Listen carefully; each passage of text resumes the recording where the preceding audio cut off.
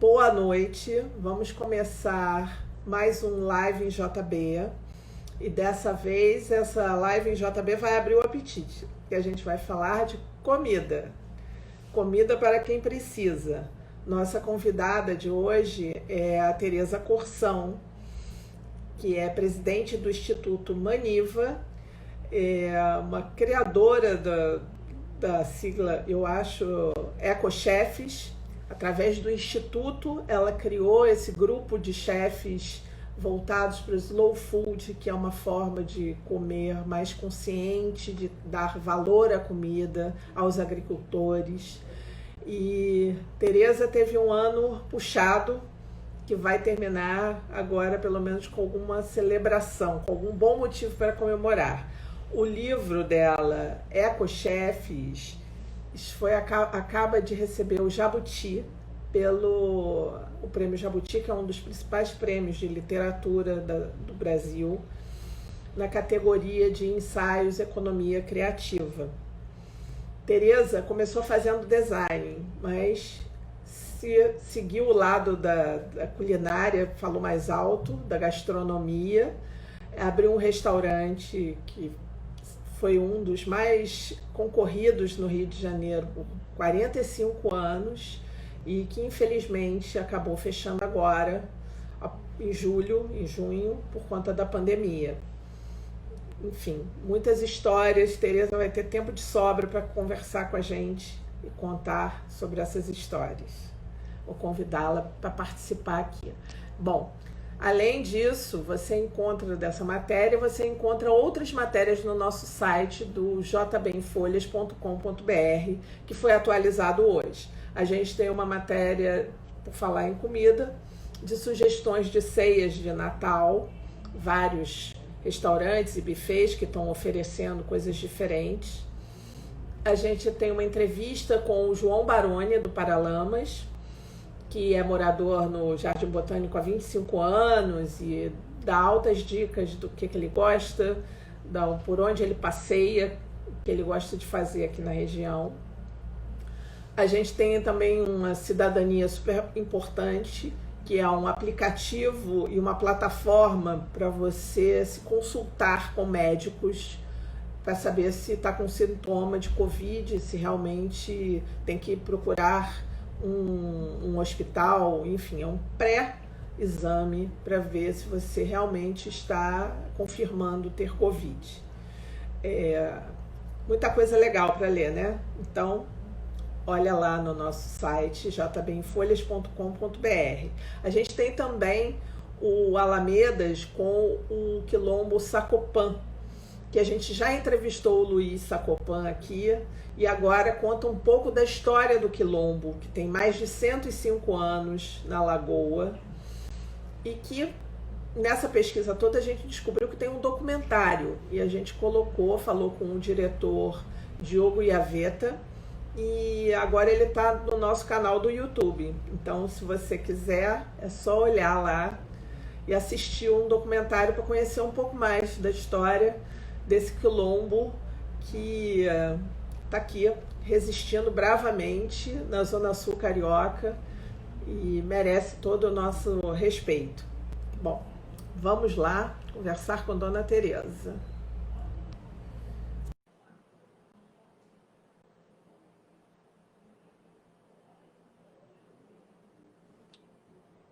Oi, Tereza. Oi, tudo bem?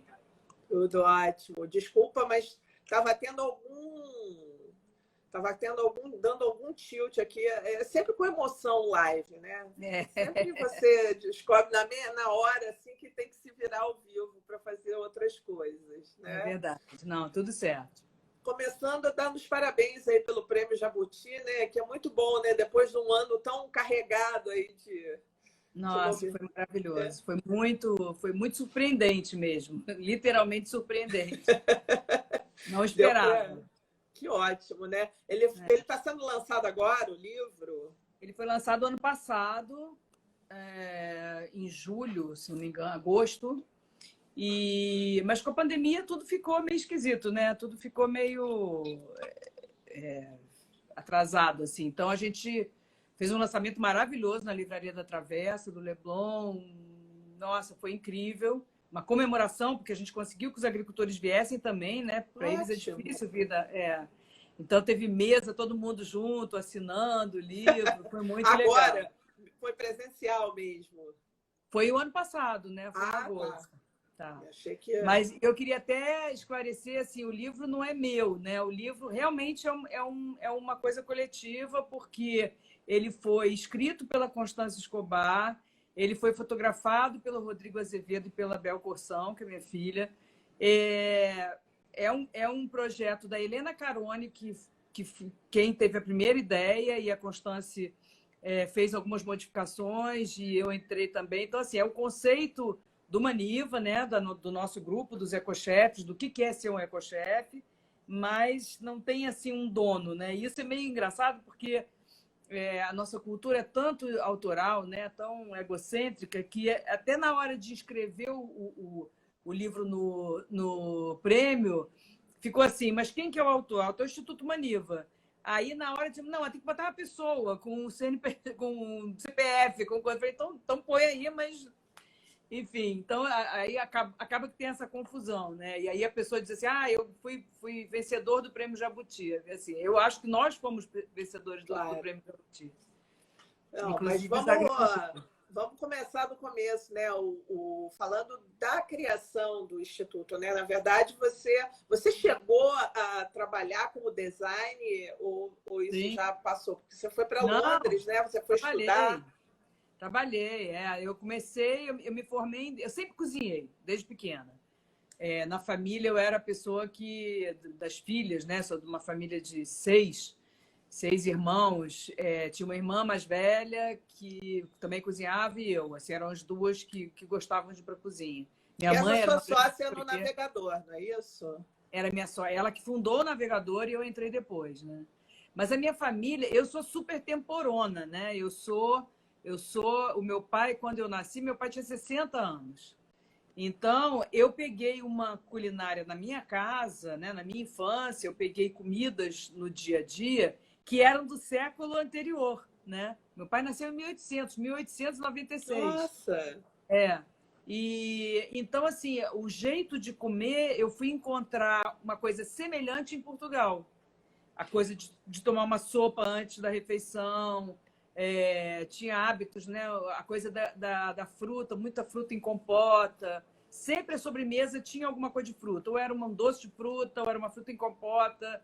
Então não tinha... É muito engraçado. Tinha umas coisas assim, tinha muita... A carne, por exemplo, era um luxo mesmo. Então sempre tinha assim, por exemplo, sopadinho. Então era sopadinho de carne com vagem, de carne com não sei o quê. Nunca tinha uma carne pura, né? Não, mas isso também eu acho que tem muito de família grande, né? Eu também sou de uma família grande, assim, minha avó cozinhava muito, eu também gosto de cozinhar, do Piauí, minha avó era do Maranhão, então lá em casa tinha sempre essas coisas assim que tinha que fazer render a comida, né? Exatamente, a comida tinha que render, o arroz de forno virava o bolinho de arroz no dia seguinte. Exatamente. E hoje é o que a gastronomia prega, né? A economia, o não desperdício. Mas assim, então comecei em casa mesmo, cozinhando, mas nessa época a gastronomia não era mencionada, quer dizer, mesmo na época que eu escolhi a faculdade, que escolhi fazer design, eu não tinha essa opção, não existia, vou fazer a gastronomia, não existia. Então, eu me lembro que eu gostava muito de psicologia e eu tinha jeito para desenhar, então eu achava que eu queria fazer design ou arte, né? Acabei entrando para arte, depois passei para design, para comunicação visual. E aí, quando eu me formei, fui trabalhar com isso, achei muito chato, achei muito fechado. Eu não gostava daquela coisa de ficar fechada no escritório, nunca fui uma pessoa de ficar fechada no escritório. E sempre era aquela pessoa assim, nos acampamentos era eu que cozinhava, nas festas eu cozinhava. Então, eu sempre estava cozinhando ao longo, assim, ao largo, né, da história. E aí eu fui para Londres com duas amigas e a gente morou lá um tempo. Eu acabei casando com um inglês e fiquei lá um tempo. E quando eu voltei... E lá aconteceu duas coisas. Uma, eu tinha que cozinhar todo dia, coisa que aqui no Rio eu só cozinhava quando precisava, quando eu queria, né? Lá não, eu tinha que cozinhar todo dia. Das 3 amigas, eu era a que melhor cozinhava e pior lavava. Então, uma ficou do lado da lavação, a outra ficou da arrumação e eu fiquei da cozinha. E aí, Londres tem aquela característica muito cosmopolita, né? Tem todas aquelas colônias de imigrantes, né? De imigrantes. Então, eu me lembro que na minha rua era um bairro que tinha muito grego. Bom, os indianos nem se fala, os paquistaneses, os próprios chineses, né? O bairro chinês. Então, eu comecei a me deslumbrar com aquele parque de diversões gastronômico e descobrindo os sabores e tal. Me apaixonei pela cozinha indiana, que para mim é uma das melhores do mundo até hoje. Eu também adoro. Nossa, eu tive lá o ano passado, depois eu conto, ano retrasado. Mas aí o que acontece? Então, me apaixonei e me aprofundei na coisa da culinária. Quando eu cheguei no Brasil, de volta, a minha irmã falou, pelo amor de Deus, vem cá tomar conta desse negócio de cozinha, que eu não gosto, não tenho paciência. Era até ela que era cozinheira, quando era na minha infância, mas cozinha de restaurante é muito diferente, né? E aí, eu cheguei na cozinha do restaurante, tinham, sei lá, 8, me lembro, acho que eram uns 8 funcionários, quase todos, acho que só um que era mineiro, o resto tudo era cearense, né? Era do Nordeste, aquela geração de cearenses que vieram para as cozinhas dos restaurantes do Rio de Janeiro. E aí eu tive que entender como é que eu ia adaptar a minha culinária, que era para 20 pessoas, para 200, né? Essa questão das escalas, e entender um pouco a logística, né? Porque o restaurante ele é uma fábrica, né? Ele cria um modo de produção e uma linha de produção que você tem que estabelecer todos aquela lógica para você poder servir, né? Então, fiquei fascinada em trabalhar com os cozinheiros. Eu sempre fui muito curiosa, assim, de pessoas de outras culturas, né? E é isso, né? Trazer essas culturas diferentes, né? Exatamente. Valorizar, que, na verdade, eles antes eram simples empregados, né? Na verdade, da comida ela trouxe essa valorização da culinária brasileira. Mas para eles não, né? Quer dizer, quando eu cheguei na cozinha, eu me lembro que eu perguntava assim, por que vocês cozinham? Porque não teve vaga na obra, então a gente cozinhou. Então eles vinham para o Sul Maravilha ou para ser operário de obra ou para ser cozinheiro, na maior parte das vezes. Eles não escolhiam ser cozinheiros, a cozinha que escolheu eles. Mas eles tinham, o pessoal, principalmente esse pessoal do Ceará, é um pessoal muito especial, eu acho, né? Eu tenho até trabalhado bastante com eles, ultimamente com algum pessoal de lá, e eu fico impressionada, assim, com a erudição. Eu acho que eles são muito cultos, sabe? De um jeito da cultura brasileira, e é um povo muito interessante. Aí, o que aconteceu? Fiquei durante 20 anos fazendo uma culinária, porque eu pensei assim, bom, vou fazer o quê? Vou fazer aquilo que eu gosto de fazer, que eu sei fazer, que eram as comidas de família. Então, comecei a fazer, primeiro, tirei as sobremesas que eram compradas prontas, comecei a fazer todas as sobremesas que eram familiares, que eram maravilhosas. Isso ficou o tempo todo, ficou 45 anos lá dentro dessa sobremesa. 40 anos, eu fiquei lá 39 anos, né? Depois, e aí eu pensava o seguinte, o cara está na cidade, está cansado, está no meio de um pique. Nessa época, o centro do Rio de Janeiro tinha a Bolsa de Valores, tinha muitos órgãos que depois saíram, né? Então eu bombava mesmo, eu cheguei a ter 220 pessoas por dia lá. E aí eu comecei a fazer essa comida familiar, começou a ter uma entrada. Até que eu tive uma ideia de fazer uma salada misturada na hora, toda picadinha. Primeiro era um bar de salada, normal. E é engraçado como é que as coisas são, né? Hoje, o que eu estou me preocupando já estava lá presente. Porque uma das coisas que me dava muita aflição, que eu fazia, digamos, sei lá, 10 saladas para um buffet de saladas, e tinha que jogar fora aquilo tudo, porque obviamente não ia servir para o dia seguinte. Aí aquilo me fez criar um bar de saladas na época, que se chama Só Saladas, que era aquela salada toda separadinha para misturar na hora com molho e tal. Então, esse sistema foi criado lá no navegador e bombou. A gente que teve aí que pegar rendia outro mais, salão. né? Você não precisava, não temperava, né? Talvez temperava na hora, né? Você escolhia tudo, né? E aí dava para usar escolha. Aí você não estragava, porque mesmo que você fizesse uma sopa com aquilo, mas você não jogava fora. Então, isso criado, eu comecei a entrar muito nos grupos, né? Eu sou uma pessoa muito associativada, sei lá qual é o nome. Eu gosto muito de trabalhar em grupos, eu gosto muito de fazer dinâmicas de grupo. E aí eu comecei a frequentar alguns grupos. Num desses grupos eu conheci a Margarida Nogueira, que veio a ser a fundadora do movimento Slow Food no Brasil. E aí Margarida me levou para vários grupos. Margarida também é aquariana, que nem eu. Vamos embora, vamos para isso, vamos para aquilo. E aí a gente... Nossa, foi muito importante a entrada dela na minha vida, porque ela me mostrou alguns grupos que eu não teria descoberto sozinha, né? E aí, o Slow Food, a gente foi... ela era júri do Slow, no evento que teve em Portugal, na cidade do Porto. Ela falou, vem comigo, quer vir comigo e tal? Eu falei, pode, então vamos embora. E aí, a partir daí, eu comecei a entender, né, vendo essa apresentação, né, do prêmio do Slow, eu comecei a entender o que era o conceito da ecogastronomia, né, que é a nova gastronomia. E aí que é hoje tão difundida, né? Isso foi o quê? 2001, 2001, né? 2001, ou seja, vai fazer quantos anos? 20 anos. Vai fazer 20 Caramba, anos. 20 anos. Muito tempo. Bom, aí e também numa época que não se falava, né? Que essa coisa toda foi amadurecendo, né? O movimento Slow Food foi um movimento completamente inovador, né? Completamente quebrou, assim, o que vinha, que era aquela coisa da culinária eurocentrada e muito franco-centrada, né? Era uma coisa muito a França era uma coisa assim, sangue azul, né, da gastronomia. E aí começou a misturar tudo, inclusive isso também veio na fase da fusão, da globalização, então teve várias coisas aí que acontecendo. Eu me apaixonei pelo movimento Slow Food, durante algum tempo a gente fez o projeto Mandioca, Margarida e eu e outras pessoas, e o projeto Mandioca, basicamente eram as oficinas de tapioca em escolas públicas, numa escola específica aqui do Maitá. E durante 10 anos a gente deu essas oficinas de tapioca todo mês. Mais de 3.000 crianças passaram pelas oficinas. Mas consistia o quê? Ensinar, transformava a mandioca em tapioca? Não. A gente dava uma aula de, primeiro, história e geografia, falando da Carta de Pero Vaz de Caminha, mostrando onde que entrava a gastronomia no descobrimento do Brasil, a questão das especiarias. E por que eles estavam interessados em especiaria? Porque você pergunta, o que eles vieram buscar no Brasil? As crianças diziam, ouro? Não era ouro, era especiaria. Mas especiaria serve para quê?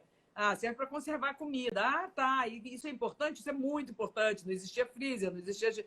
Então, você vai ensinando, a gente ia ensinando para as crianças como que a comida é central na vida da gente, como que é importante ter uma autonomia. Então, a ideia de ensinar cada criança, eram crianças de 7 a 11 anos. Qual era a escola? Era o Agostinho Neto, ali no Maitá. Aquela grande ali que fica aquele... Então, a ideia era de ensinar eles a terem essa autonomia, e foi muito interessante, porque despertou em vários deles esse gostar de cozinhar. E me lembro uma mãe que veio para mim num dia do concurso, no final do ano, tinha concurso que o Claude era o júri. O Claude era o presidente do júri. E aí vinham vários chefes e pessoas da imprensa e pessoal da educação para ver a performance daquelas receitas que tinham sido selecionadas como as melhores pela gente. E a criança fazia na frente do júri e tal. Então, esse negócio bombou, foi uma loucura. E aí começaram a descobrir, a imprensa descobriu, foi para o Globo Repórter, depois foi para o Pé de Quê, da Regina Casé, depois teve uma participação no Fantástico. Então, assim, foi um negócio inovador, né? E aí... Você ainda teve um filme, né? Virou um documentário. A mandioca ainda rendeu um documentário para você. Né? Porque enquanto a gente estava fazendo esse negócio da tapioca, eu estava começando a ser conhecida como a chefe da mandioca, a rainha da mandioca e tal. E aí eu fui convidada para fazer uma palestra nos Estados Unidos, eu e Margarida, de novo, né? Nós, a dupla. E aí eu falei, alguém falou assim, poxa, o seu marido da época sabia, tinha uma produtora, será que ele não pode fazer um vídeo para mostrar como é que faz a farinha? Bom, fazer um vídeo era no nordeste do Pará, quer dizer, tinha que pegar avião para Belém, tinha que arrumar um lugar para ficar em Belém, tinha que arrumar um carro para ir até Bragança, não era uma coisa assim tão simples, mas a gente Já não é entrou simples numa... hoje, né, Tereza? Já não é simples. Até hoje ir para esses É, lugares ainda é um é. périplo, né? Não, e era uma Enfim. coisa assim, a gente foi no por amor, né? Não tinha verba, não tinha nada, a gente foi, conseguimos amigos em Belém, que emprestaram casa e carro. Teve essa solidariedade e a gente acabou chegando em Bragança para fazer esse pequeno vídeo. Quando a gente chegou lá, a pessoa que tinha sido selecionada por uma pessoa do local para fazer a gravação, a agricultora, tinha adoecido. E aí eu me lembro que eu perguntei assim, poxa vida, mas e agora? A gente perdeu a viagem e tal. Não, minha senhora, aqui todo mundo faz farinha.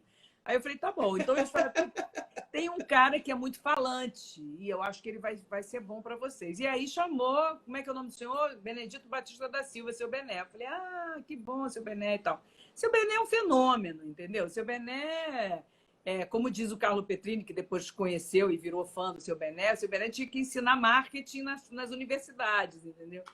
E aí, seu Bené fez o filme brilhantemente, mostrando cada etapa e falando da vida dele emocionadamente e tal. E aí, com isso, a gente fez um vídeo para uma palestra, um vídeo, sei lá, 5 minutos, 9 minutos, era 9 minutos. E aí, falei, bom, então, ok, né? Missão cumprida. Só que aí, esse vídeo começou... Quando eu mostrei na palestra nos Estados Unidos, já saquei que ali tinha alguma coisa que tinha mexido com as pessoas. Porque os americanos, que normalmente não são assim, são mais objetivos, né, pragmáticos, eles ficaram muito emocionados. E aí, no corredor, assim, eu encontrei uma pessoa, muito obrigado por esse filme. Eu falei, gente, mas o povo ficou emocionado mesmo. Aí eu falei, vem cá, o que você gostou no filme? Aí ela falou assim, eu não sabia que uma pessoa sem dinheiro podia ser tão feliz. Aí eu falei, tá. Precisa Entendi. pouco, né, na verdade, né, para ser feliz, né? Então, com isso, a gente ficou um tempo, aí a gente começou a se envolver nos programas do Slow, através da Margarida, e aí Margarida falou, manda o filme lá, porque vai ter o festival do Slow Food on Film. A gente mandou o filme foi selecionado, lá fomos nós para lá para a região do Piemonte, para mostrar a farinha de mandioca, seu Bené, né? E aí começou, depois, 2 anos depois, teve o Terra Madre, que foi em 2006, e aí eu fui convidada para fazer a palestra de abertura, uma das palestrantes, e levar alguns mandioqueiros, porque nessas alturas, nesses 2 anos, eu já tinha descoberto alguns produtores de mandioca especiais no Brasil, pessoas que eram muito famosos pela farinha que faziam, né? E aí levei esses 6 mandioqueiros, né? 2 da Bahia, 1 da Santa Catarina e 2 do Pará. E a gente foi para o Terra Madre e a gente fez um segundo filme chamado Seu Bené Vai para a Itália, exatamente da viagem dele saindo de Bragança, pegando o avião pela primeira vez, todas as observações dele. É um filme engraçado, inclusive, emocionante. E ele vai para Turim, encontra 4.000 agricultores do mundo inteiro, fala das suas impressões, chora, mostra o trabalho, enfim, tudo, e depois voltando para casa. E a gente tem onde ver esses filmes? Esses filmes estão no YouTube? No YouTube do Maniva, né? E no site também. No site tem muita coisa legal, tem a linha do tempo contando um pouco essa história, né? Mostrando as coisas da oficina de tapioca, tudo. E aí, com isso, então, a gente fez esse segundo vídeo, e isso era 2006. E aí, as pessoas disseram, olha, você vai ter que fazer uma ONG. Eu falei, cara, mas eu não quero fazer uma ONG, eu já tenho um restaurante, por que eu vou querer fazer uma ONG? Não, mas você vai ter que fazer uma ONG, porque para você alavancar seus projetos, simplesmente assim, sabe, não vai rolar. Eu falei, tá bom, então vamos, o que eu preciso para fazer uma ONG? E aí a gente fundou o Instituto Maniva, e o grupo dos chefes que já estavam apoiando, né, o Claude, a própria Margarida, eu, Ana Pedrosa, Ana Ribeiro, Ana Salles, enfim, várias pessoas que já estavam apoiando na época vieram e formaram esse grupo. E aí a gente deu essa marca, registrou essa marca, a marca registrada do Maniva, EcoChefs, e a gente começou a fazer várias atividades, né? A gente esteve nas feiras orgânicas, né, do Circuito Carioca durante 5 anos, em várias feiras. A gente começou na feira do Jardim Botânico, justamente na feira do Jardim Botânico. Depois a gente foi para Grajaú, a gente foi para aqui para Laranjeiras, onde eu moro, depois a gente foi para Tijuca, e a gente chegou a ter barraca dos ecochefes em 5 feiras, e isso foi um convite. Eu lembro no Rio Gastronomia que teve, que vocês fizeram aqui, não Rio foi? Gastronomia, a gente fez várias ações nas ruas, no próprio evento, e com isso a gente divulgava os agricultores também e os produtos deles, né? E a agenda hoje dos ecochefs é uma agenda cheia? Quer dizer, hoje até março, vamos dizer, né? A gente, quando as feiras, chegou num ponto em que as feiras estavam virando mais um negócio do que social, né? Era uma coisa que tinha que ter uma administração de negócio. E eu dizia, eu já tenho um negócio, eu não quero um outro negócio, né? Restaurante é uma coisa que dá muito trabalho, os controles são muito estressantes. Eu falei, não é para isso que eu estou fazendo esse negócio. Então, a gente fez as contas, viu que não valia a pena e falamos, não, então infelizmente, vamos ter que encerrar as atividades na feira. Com muito pesar, né? Porque a gente tinha criado amizade com todos os agricultores, mas a gente fechou, não tinha como continuar. E aí a gente, nesse período, que foi lá por volta de 2013, 14, 15, a gente começou a fazer muito trabalho vinculado ao governo, porque o PAA e o PENAI, que são 2 políticas públicas, elas precisam dos agricultores, elas precisam da agricultura familiar. 30% do que eles compram, das compras públicas, tem que vir da agricultura familiar por lei, preferencialmente orgânico, né? Então, a gente começou a pensar assim, poxa, para causar um impacto realmente na vida dos agricultores, isso é muito importante. Então, vamos ver se a gente consegue ajudar com a criatividade, com a gastronomia, enfim. E aí a gente começou a se envolver, trabalhamos nas Olimpíadas, né? Fomos responsáveis, junto com o pessoal da Unacop, né? Com a Margarete, pela aquisição de produtos orgânicos para a sala de imprensa lá da Vila Olímpica. Fizemos um coquetel de abertura para a imprensa internacional, mostrando só com produtos da agricultura familiar. E é isso. Então, de lá para cá aconteceu isso. E como é que você vê, Tereza, hoje, do começo até hoje, essa evolução? Como é que você avalia isso, né? Ainda tem muito a ser feito comparado a outros países? Ou o Brasil já tem, você acha que já tem essa consciência? Nenhuma, né? Alta muito. O que acontece é que, assim, a agricultura familiar é uma atividade que é muito preocupante a sua manutenção nos próximos anos. Por quê? É uma atividade muito dura, né? É uma atividade muito difícil, muito dura. A atividade em si, né? É muito braçal e a sucessão está cada dia pior. Então, assim, os filhos não querem seguir com aquela vida, a não ser que conseguisse melhorar de renda, porque melhorando de renda você já tem um mini trator, já não fica tão puxado, né? Mas uma coisa está junto da outra, né? Se você não se dedica, você não consegue melhorar, não é? Não, mas não é isso. Não é a questão de se dedicar, não. É a questão realmente de ter dinheiro para comprar máquina. Porque para ser menos duro o trabalho, tem que ser mecanizado. E para isso eles têm que ter ou apoio público, que seria maravilhoso, né? Ou dinheiro próprio para comprar. E a associatividade também é super importante, né?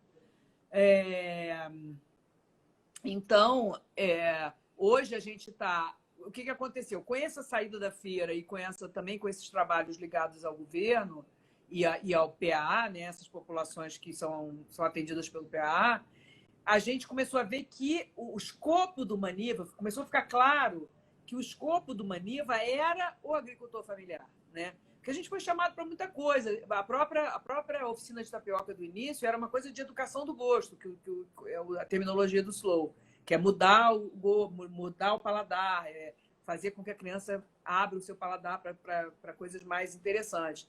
Isso a gente tinha um leque muito aberto, né? Que é uma coisa muito minha, inclusive, assim, de querer eu sou curiosa de coisas muito diferentes entre si, né? Canto no coral, eu faço um monte de coisa ao mesmo tempo. Eu Mas sei só como que é que é isso, Tereza. isso é legal, porque te dá uma cabeça aberta. Mas, por outro lado, é muito importante para os projetos andarem, você saber no que você é bom, no que naquele grupo de pessoas é boa, né? Que aí tem o grupo dos ecochefes, em que os ecochefes, qual é o diferencial, né? E de que forma que eles podem chegar na missão, no objetivo do grupo, né? Então, hoje, pra você ter uma ideia, a gente São já quantos existe. ecochefes hoje? Olha, hoje o grupo aumentou bastante durante a pandemia, que isso foi uma coisa que aconteceu, né? No site tem 13, mas no grupo que a gente abriu agora para a pandemia e está fazendo Zoom, tem mais de 27. Então, assim, agora o que está acontecendo é que a gente está fazendo uma coisa chamada Reset Ecochefs. O que é o Reset Ecochefs? A gente está repensando o que é o grupo, repensando quais são as coisas que podem ser características para que esse chefe, esse cozinheiro profissional pertença a esse grupo, né?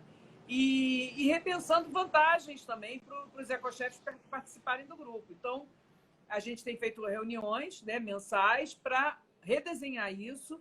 Tem algumas pessoas ótimas que tiveram já, inclusive, atividades acadêmicas, então nos ajudam a pensar, né, nessa coisa de uma forma mais aprofundada, que você sai um pouco da área da gastronomia e começa a entrar na área Social, né? social da agricultura, rural, né?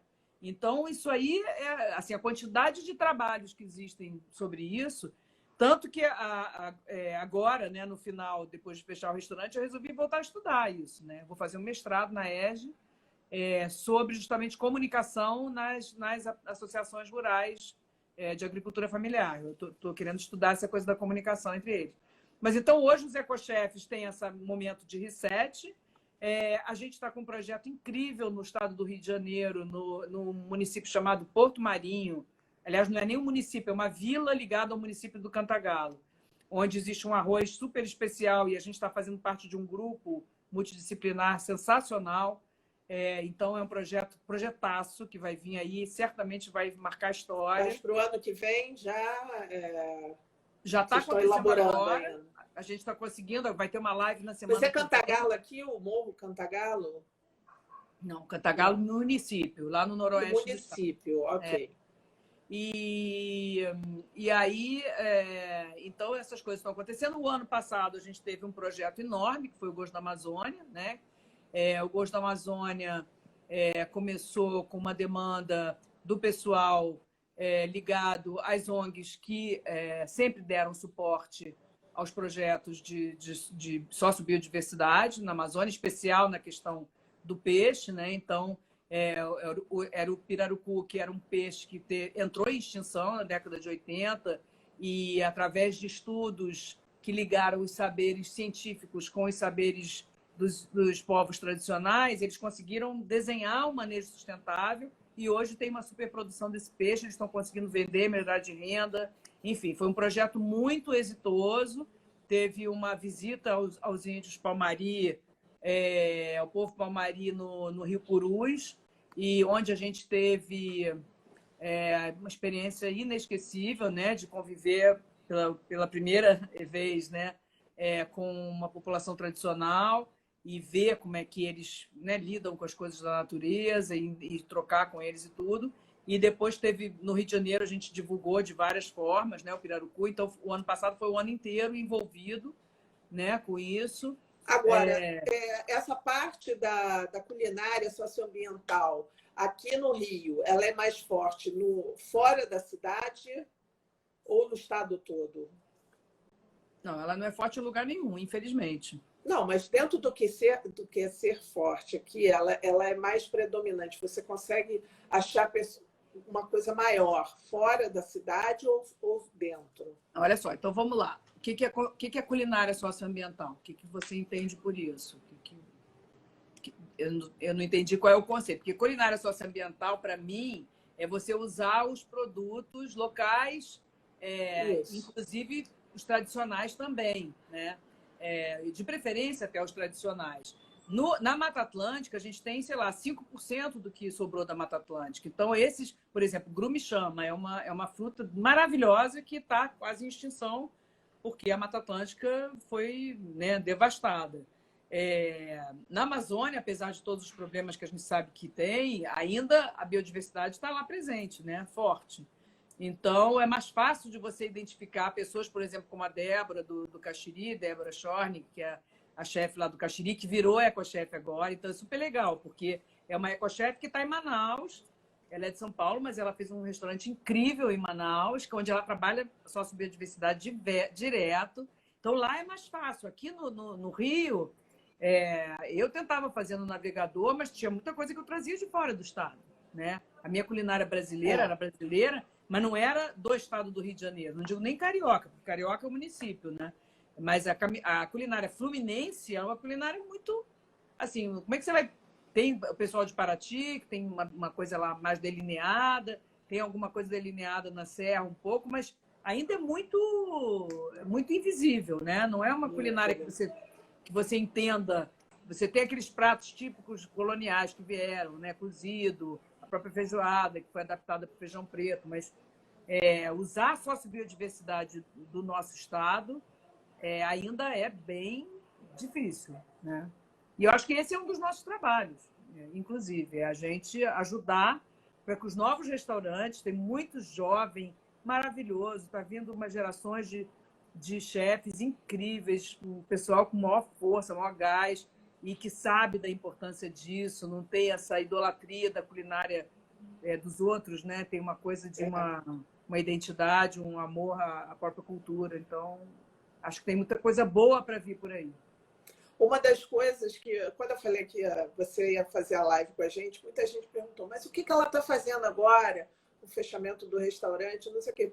Pelo visto, sabe, trabalho não está te faltando, né? Você está cheia na verdade projetos. eu já tinha uma equipe no restaurante que tocava, digamos, sei lá, 70% do tempo, porque o meu trabalho de abrir frentes era ligado muito mais ao Maniva. Eu viajava, tipo, no mínimo uma vez por mês para eventos, para palestras, para encontros de ONGs. Eu faço parte de 2 ONGs, uma é a Choca e outra é a Cimergos. Então, a gente tinha encontros internacionais para justamente aprender metodologias de transformação social, blá, blá, blá. Então, eu era muito dedicada a isso já. E eu tinha uma equipe maravilhosa que segurava a onda lá. Eu entrava na hora de criar um prato, na hora de... Sempre que eu vinha, eu ficava lá, né, e controlando a qualidade das coisas e tudo, mas eu não ficava lá o tempo todo, já há muito tempo, né? E assim, embora eu não estivesse lá o tempo todo, o restaurante estava muito bem. Isso é uma coisa que é interessante de dizer. O restaurante estava muito bem. Eu até tive uma administradora financeira que veio me ajudar a ver se valia a pena continuar ou não com o restaurante aberto. Ela falou, Tereza, seu restaurante está ótimo financeiramente. Só que, em dezembro, os prognósticos que são X. Ela me deu um número. Quando ela me deu o número, eu falei, eu não vou arriscar isso de jeito nenhum. Então, eu fechei enquanto ainda dava para eu pagar todo mundo, entendeu? Direito, normal, decente, e não sair cheia de dívida, né? Porque até teve uma chefe que me disse, não pede falência e não paga ninguém, vai pagar daqui a não sei quantos anos. Então... Aí eu só falei para ela, eu não consigo fazer isso, entendeu? Assim, realmente não consigo. Então, eu acho que eu saí na hora de que eu vi que dali não ia melhorar. Entendeu? É o lance de você fechar por cima, né? Porque você ainda tinha controle da situação, né? A gente fez até uma celebração para fechar. A gente fez uma todo com proteção de tudo, né? Máscara e distanciamento. Mas eu fiz questão de fazer um almoço de encerramento, bem lá, o salão todo vazio, né? Mas a gente comemorou os 45 anos do restaurante e os meus 40 anos lá, e tinha alguns funcionários que estavam lá nesse mesmo tempo. Nossa. Então a gente fez questão de fazer esse fechamento com muito orgulho, sabe? Com muita... Não foi fácil, né? Choramos muito, mas nesse dia a gente não chorou, não. Nesse dia foi alto astral mesmo. Foi muito... Porque as coisas têm um ciclo, gente. A gente fica achando que a coisa é para o resto da vida. As coisas têm um ciclo. Então, Eu agora estou totalmente dedicado ao Maniva, completamente dedicado ao Maniva, mas como o bichinho de cozinheiro fica coçando, eu estou querendo fazer... eu estou querendo fazer duas coisas, uma inclusive para o Natal. Eu estou querendo começar a fazer umas pequenas coisas para colocar, inclusive, na junta local, vender aqui para o pessoal do bairro. Porque, assim, eu te digo que tem uma coisa que eu achei bem legal. O cozinheiro começa gostando de comer. Depois ele gosta de cozinhar. E depois ele quer cozinhar para os outros. Então, assim, quando você começa a cozinhar para os outros, esse prazer é tão maravilhoso que você... Eu, na pandemia, fiz um monte de bolinho, botava ali do lado de fora, numa mesinha que tem, e ligava para os vizinhos, vem buscar, entendeu? Porque é isso. Então, eu estou muito bem até, sabe? Eu não estou me sentindo nada... Eu estou sentindo exatamente que eu fiz um fechamento de um ciclo. E agora, com essa surpresa do Prêmio Jabuti, realmente foi um presentaço, né? Vamos falar do livro. O livro foi um projeto de quantos anos? Foram 3 anos?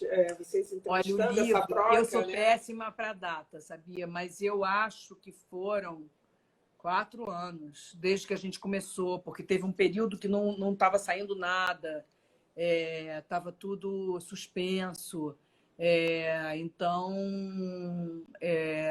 eu acho que foi uns 4 anos atrás. Quer dizer, antes do lançamento. Tem gente querendo ser sua vizinha aqui, Tereza. Tem gente querendo ser minha vizinha? Para pegar o bolinho? Experimentar os seus bolinhos. Então eu vou avisar quando tiver bolinho. Eu vou botar lá no Instagram da Maniva. Venha Hoje pegar tem seu bolinho. Mas, assim, só explicar que o livro é um encontro entre cozinheiros e agricultores, né?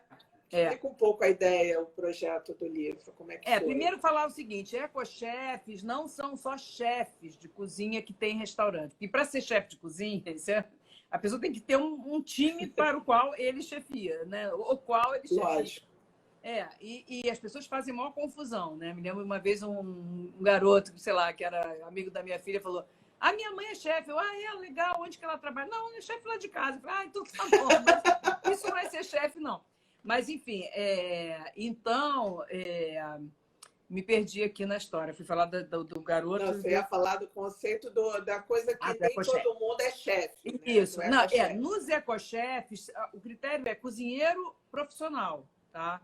Então, cozinheiro profissional, por exemplo, agora a gente tem uma ecochefe maravilhosa que entrou na mesma leva da Débora Schornick, que é a Luíse Viana, que é uma merendeira. Ela faz merenda escolar e ela ganhou um prêmio que foi uma viagem ao Rio de Janeiro, que foi como eu a conhecia, por ela ter trabalhado justamente produtos da sociobiodiversidade. Né? Ela é de onde? Ela é de Manaus também. E a Luíse é incrível. E ela, enfim, então, o que precisa? Ser cozinheiro profissional, ter alguma atividade, né, que tenha a ver com essa preocupação com a sociobiodiversidade, de preferência ligada ao agricultor, porque tem gente que está preocupada com o produto, mas não pensa no agricultor. O nosso foco é sempre o agricultor. O produto é um intermediário, né, é um cartão de visitas para chegar no agricultor. Então, são cozinheiros. Então, a gente tem essa merendeira, a gente tem consultores de gastronomia também, tem professores de escola de gastronomia, então não necessariamente você precisa ter restaurante. Então, o importante é tratar a culinária de uma forma profissional. Né? Isso é o critério do livro, a escolha do livro foi desse grupo dos ecochefes e de histórias que tinham acontecido entre esses cozinheiros e alguns agricultores. Então, foi a Constância Escobar que escreveu, foi pensando essas histórias. A gente sabia mais ou menos algumas duplas, que tinham histórias, por exemplo, a minha história. Mas ela que escolheu as duplas? Não. Quem escolheu as duplas foi a vida, porque foram as histórias, entendeu? Então, por exemplo, a minha dupla era com Claudino, então, que é lá do Parque da Pedra Branca, o produtor de caqui e de banana. Então, existia uma história super linda com ele, de uma descoberta do vinagre de caqui, que ele fez e veio me mostrar, e eu identifiquei que era um produto que ia ser adorado pelos chefes, que hoje é o vinagre que o Rafa Costa e Silva usa no Laçai, né? Então, esse tipo de história que foi pensada pela Constance E, e aí ela juntava os pares e fazia entrevista, né? Como é que você conheceu, como é que um conheceu o outro e tal. E aí o livro é sobre esses encontros. É um livro, são várias histórias de amor, assim, né? E Entre as cozinheiros. receitas, né, também são. E as receitas em cima daquele produto, daquela história. Então, por exemplo, se a minha história de amor foi por causa do vinagre de caqui, então a gente escolheu o caqui para fazer para contar essa história, né? E o livro é pelo Instituto também, né? O livro é do Instituto Maniva. Quem comprar o livro está Mas a ajudando o distribuição é Instituto do Maniva. Senac. A distribuição, a editora é o Senac, distribuição do Senac. E o livro é vendido em vários sites de plataformas de venda de livro. E o direito autoral é do Maniva. O autor do Qual é o livro é o custo do Maniva. livro? Olha, ele está a preço de capa R$ 89,90, se não me engano, lá na própria editora, né? Então, é isso. Quem quiser comprar no Maniva, também entra lá no Instagram do Maniva e manda uma mensagem que a gente também, se for aqui perto, dá para entregar. E dá até para ir com autógrafo, com dedicatória. Um bolinho. Faça o seu Um bolinho. O pessoal quer comer, né? Você fala de dedicatória, uma coisa tão bonita, tão poética. Não, quer bolinho mesmo. Mas o seu forte é a mandioca, né? Não, a mandioca começou... Eu comecei com a história da mandioca em 2002, né? Tropecei na mandioca, que eu brinco, né? E aí eu fiquei muito encantada, na verdade, com a variedade de farinhas que existe no Brasil. Eu tenho uma farinhoteca que veio do navegador, está aqui dentro de casa, com mais de 30 farinhas do Brasil inteiro. Então, assim, eu sou muito encantada com a capacidade dos povos tradicionais terem transformado uma raiz que era venenosa, né, na base alimentar, e em todos os seus derivados, né, no polvilho, no tucupi, que é uma maravilha, que eu amo. Então, assim, eu me apaixonei por isso, por essa história cultural e por essa história de pertencimento desses povos com o seu alimento, que é uma coisa que a gente perdeu, né? A gente, quando você vê no Rio de Janeiro, por isso que eu digo, o Rio de Janeiro entristece você ver um café da manhã de um hotel, porque ele não tem nada não tem nada característico, é muito sem personalidade, é muito sem amor às suas raízes, literalmente, né? Quando você vai no Nordeste, tem essa coisa mais forte. É verdade. No Norte, então, nem se fala, né? É muito forte ainda a ligação das pessoas com os produtos regionais, produtos locais. Os próprios sucos, né? Você vai para Bahia, para Salvador, para Recife, você tem sempre sucos das frutas locais, né? Que maravilhoso. Açaí. É isso. Aqui está faltando um pouco isso, né? É verdade. E você vai dar... Qual vai ser a sua receita, já que você... Pois eu não vou poder cozinhar, nem fazer bolinho para ninguém, mas eu separei aqui para mostrar a receita da Ana Ribeiro. Ana Ribeiro é uma das nossas chefes mais maravilhosas. E ela fez uma coisa baseada... a gente sempre, em gastronomia, você vai criando e vai evoluindo, né? A tapioca sempre foi nosso carro-chefe. E uma das coisas que eu comecei a fazer na tapioca, era agregar, até porque tinha uma crítica, isso é amido puro, não sei o quê, índice glicêmico, sei lá o quê. Aí eu falei, se botar fibra melhor? Então eu comecei a botar sementes, hidratei com a beterraba, que fez a tapioca rosa, que fez sucesso bárbaro na feira. É verdade. Justamente para tirar essa pecha de um alimento vazio, alimento que não... Isso antes da moda do sem glúten, né? Então, a Ana fez aqui uma coisa que eu queria mostrar para quem quiser brincar, que é a tapioca com pétalos de flores e sementes. Então, lindo, parece um bordado, né? Exatamente. Então, todo mundo hoje faz a sua tapioca em casa. Então, antes de fazer a tapioca, joga uma sementinha, ou então joga um queijinho ralado no fundo da frigideira, não vai queimar a frigideira, porque na hora que você botar o amido, a goma da mandioca, ela vai grudar aquilo na goma. Então, dá para você fazer uma tapioca com queijo todo tostadinho, ou com as sementes. Eu ponho semente de gergelim, de 2 cores, eu ponho semente de girassol, que fica uma delícia. Então, brinquem com a massa da mandioca, da tapioca. Em vez de fazer só aquela tapioca branca, Você pode agregar todas essas sementes, você pode agregar também, se você quiser se aventurar para fazer a goma, né? A goma simplesmente é o polvilho doce ou polvilho azedo. Eu gosto de fazer mais com doce, com azedo. O azedo ele fermenta, né? Ele é fermentado, então ele tende a fazer uma tapioca mais grossa, né? Então é juntar no polvilho doce a água, numa proporção mais ou menos de metade. Você vai sentindo pela mão. E aí você faz... Tipo assim, uma xícara e meia xícara. Para cada xícara, meia xícara de água. Você vai botando e você vai sentindo. Ela tem que ficar numa textura como se fosse uma farofa molhada, assim. E aí deixa ela um tempinho lá para ela absorver aquela água e depois peneira. Aí a goma se você quiser botar a beterraba, você bota o quê? Em vez de você botar a água, você põe o sumo da beterraba. Não é o suco, é o sumo. Você espreme, a gente tinha uma centrífuga, mas antes de ter a centrífuga, a gente ralava e espremia, né? Você pode fazer com café, você pode fazer uma tapioca que tenha aquela corzinha, né, de café com leite e o sabor dela de café, fica uma delícia. A gente fazia também misturando um pouco de amendoim ralado, né, mas não muito, a proporção tem que ser tipo 20% da noz que você quiser botar, porque senão você não consegue que ela grude na frigideira, né? A capacidade de aglutinar e de grudar, ela aguenta até uns 20% de uma... E aí o amendoim, ele fica o quê? Ele faz a capa. Parece também, uma paçoca, fica uma tapioca paçoca, entendeu? Uma isso delícia. É bom, hein? É muito bom. É muito bom. Então dá para botar isso. O que não é legal de botar, eu não acho, é sumos verdes, porque eles oxidam na hora que você põe no calor. Então, se vai botar algum verde, tenta botar dentro da tapioca. Pica umas ervas e mistura com o recheio que você vai fazer.